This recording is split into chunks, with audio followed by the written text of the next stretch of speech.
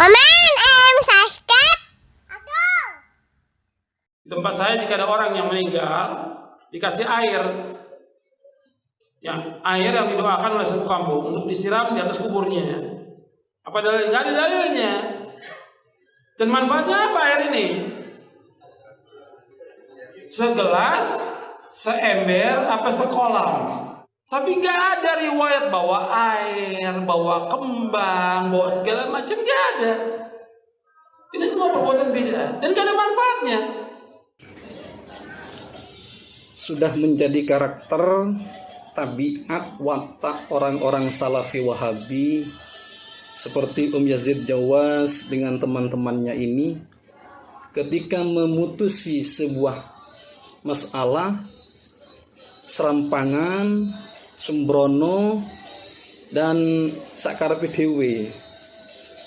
Salah satu contohnya seperti video yang kita tonton barusan, bahwa Yazid Jawas dengan tegas mengatakan, untuk apa menyiram kuburan dengan air, menabur bunga? Ini tidak dicontohkan oleh Rasulullah, tidak dilakukan oleh Rasulullah. Apa dengan satu ember, satu kolam dan lain sebagainya. Seperti itu pernyataan Yazid ini. Secara tidak langsung Yazid ini juga mematahkan pernyataan dirinya dan teman-temannya Salafi Wahabi yang sering mengatakan kembali kepada Al-Quran, kembali kepada Sunnah.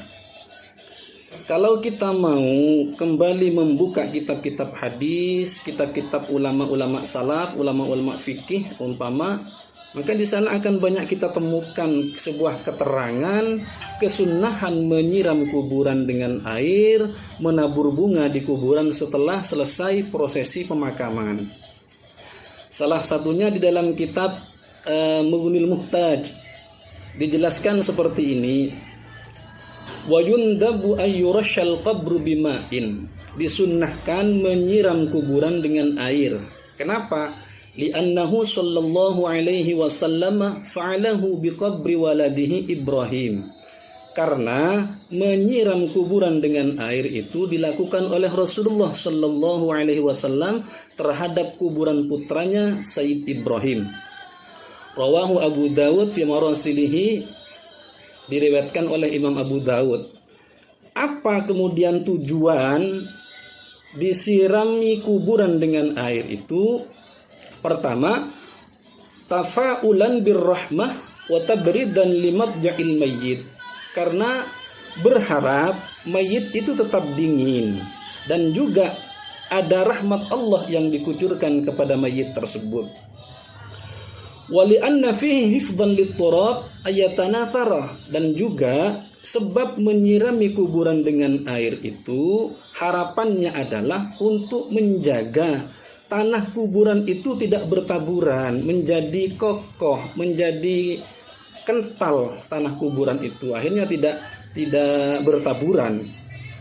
Ini keterangan di dalam kitab Mughnil Muhtaj. Kemudian apa yang menjadi landasan Syekh Khatib Arsyarbini menghukumi sunnah menyiram kuburan dengan air itu? Kan tadi karena Nabi melakukannya. Seperti apakah bunyi hadisnya? Mari kita dengarkan bersama-sama dan nanti bisa disampaikan kepada orang-orang Salafi Wahabi. Annan Nabiy sallallahu alaihi wasallam rasya ala qabri Ibrahim ibnihi. Hadis ini bahwasanya Rasulullah sallallahu alaihi wasallam menyiram kuburan putranya Sayyid Ibrahim. Hadis ini diriwayatkan oleh Imam At-Tabrani di dalam kitab Al-Awsat. Anehnya Syekh Albani yang menjadi corong atau kiblat orang-orang Salafi Wahabi termasuk Yazid ini, beliau menilai hadis ini memiliki sanad yang kuat. Ini pendapatnya Syekh Albani, imamnya atau kiblatnya orang-orang Salafi Wahabi. Itu yang pertama, hadisnya bahwa Nabi pernah menyiram kuburan dengan air. Hadis yang kedua, annan nabiyya qama ala qabri Uthman bin Mat'un ba'dama dafnihi wa amara bi rasyil ma'. bahwasanya Nabi Muhammad SAW berdiri di samping kuburannya Uthman bin Mat'un dan setelah dikuburkan dan beliau menyuruh untuk menyirami kuburan Uthman bin Mat'un dengan air. Ini Rasulullah yang melakukan, Rasulullah yang menyuruhnya. Ini Rasul, ada hadisnya, ada contoh dari Rasulullah, Yazid, kalau menyiram kuburan itu sunnah hukumnya. Kemudian juga dilakukan oleh salah satu sahabat Rasulullah SAW yang bernama sahabat Bilal bin Rabbah. Dari sahabat Jabir radhiyallahu an, qala rusya qabrun Nabi sallallahu alaihi wasallam wa kana alladhi rasyal ma'a ala qabrihi Bilal bin Rabbah biqirbatin bada'a min kibali ra'sihi hatta intahiya ila rijlaihi, rawahul Baihaqi. Diriwayatkan dari sahabat Jabir bahwa Rasulullah SAW kuburannya ini disiram dengan air. Kuburan Rasulullah disiram dengan air. Siapa yang menyiram? Itu adalah sahabat Bilal bin Rabbah. Mulai dari kepala sampai kedua kaki Rasulullah SAW di kuburannya. Jadi kuburan Rasulullah disiram oleh sahabat Bilal bin Rabbah dengan air. Ini kemudian kalau memang Yazid Jawas ini selalu berkampanye untuk kembali kepada Al-Quran dan Sunnah Rasul, inilah hadisnya Rasul Yazid. Anda mengatakan untuk apa disiram kuburan dengan air? Rasulullah tidak ada. Sudah dijelaskan hadisnya dan manfaatnya atau tujuannya sudah dijelaskan. Yang kemudian di video juga itu dijelaskan bahwa Yazid mengatakan juga menabur bunga nggak ada contohnya dari Rasulullah, nggak ada. Ini tidak dilakukan Rasul. Untuk apa menabur bunga?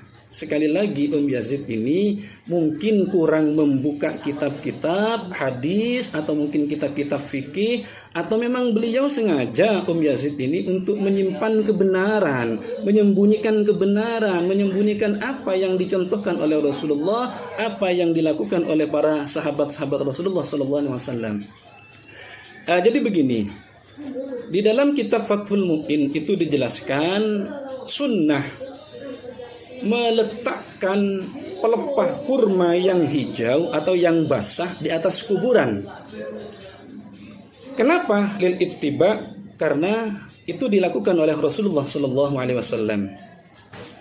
Wa li annahu yukhaffifu anhu bi barakati tasbihiha, dan juga karena untuk meringankan siksaan yang diderita oleh ahli kubur ketika diletakkan pelepah kurma yang masih hijau, yang masih basah. Itu tujuannya adalah di samping untuk ikut Rasulullah dan juga untuk meringankan siksaan yang diberikan Allah kepada orang yang ada dalam kuburan itu. Karena pepohonan itu, kurma itu membaca tasbih. Dengan tasbih Allah akan memberikan ampunan kepada ahli kubur atau meringankan siksaannya. Ini adalah yang dilakukan oleh Rasulullah. Nah kemudian pertanyaannya, itu kan pelepah kurma, kita orang Indonesia pakai tabur bunga, apakah ada dalilnya? Bagaimana pendapat ulama? Di dalam Fathul Mu'in juga dijelaskan ke terusannya ibarat barusan. Wa qisa biha ma'tidan bin tarhi nahwir raihan ar-rabbi, disamakan dengan meletakkan pelepah kurma di atas kuburan adalah apa yang kita lakukan orang-orang Indonesia. Apa? Menabur kembang, menabur wewangian, menabur bunga di atas kuburan. Selama kembang ini masih belum kering, maka selama itu pula kembang ini akan memberikan keringanan siksa atas orang yang ada di dalam kuburan itu. Ini sama dengan pelepah kurma. Dan apa yang disampaikan oleh pengarang Fathul Mu'in ini juga berlandaskan kepada hadis Rasulullah SAW, sebagaimana familiar, sebagaimana umum kita dengar bahwa suatu ketika Rasulullah berjalan di kuburan, kemudian beliau mendengar ada 2 kuburan yang disiksa, dan selanjutnya tadi itu kemudian Rasulullah mengambil pelepah kurma, dibelah jadi 2, diletakkan, ditanamkan di kuburan masing-masing, kuburan satu dan kuburan yang lain itu. Ketika itu dilakukan oleh Rasulullah, ditanyakan oleh sahabat untuk apa engkau melakukan ini ya Rasulullah? Maka jawaban Rasulullah sallallahu alaihi wasallam adalah la'allahu ayyukhaffaf anhuma ma lam yaybasa. Barangkali dengan pelepah kurma yang masih hijau tadi itu Allah meringankan siksaan orang-orang yang ada dalam kuburan yang sekarang disiksa ini selagi pohon kurma atau pelepah kurma itu masih belum kering. Ini adalah dasar utama. Jadi kalau kita menabur bunga itu boleh-boleh saja sama selagi kembang atau bunga itu belum kering, maka bunga itu terus akan membacakan tasbih, terus akan membacakan istighfar, memohonkan ampunan atas dosa-dosa yang dilakukan oleh ahli kubur untuk meringankan siksa yang diberikan oleh Allah Subhanahu wa taala. Yang perlu menjadi perhatian kita bersama para pemirsa adalah tidak boleh mencabut rumput, mencabut apapun yang tumbuh di atas kuburan itu selama tumbuhan itu belum kering. Ini yang perlu jadi catatan, karena menjadi kebiasaan kita dicabut rumput, dibuang, dibersihkan itu tidak boleh. Bahkan menurut ulama itu haram hukumnya. Kenapa? Karena untuk mendoakan ahli kuburnya.